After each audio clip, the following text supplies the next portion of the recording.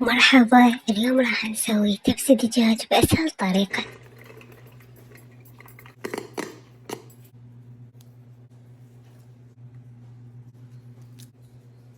وهسه نبلش بطريقة العمل والمقادير. نخلي البصل على زيت ونضيف عليه معجون ونحمسهم على نار، وبهارات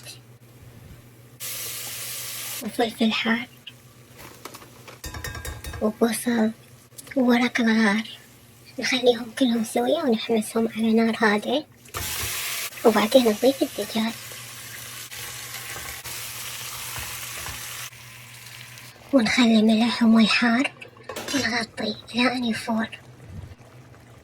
من نشوف الدجاج يستوي نطلعه، نخلي الفلفل والتمن بعد ما نغسله وننقعه ونغطيه. وهسه نحضر الزلاطة. ما يكمل كبسة الدجاج إلا ويا الزلاطة، وصار التمن جاهز. هذا شكل النهائي. شوف الجمال وشوف الدجاج شلون مستوي ويجنن.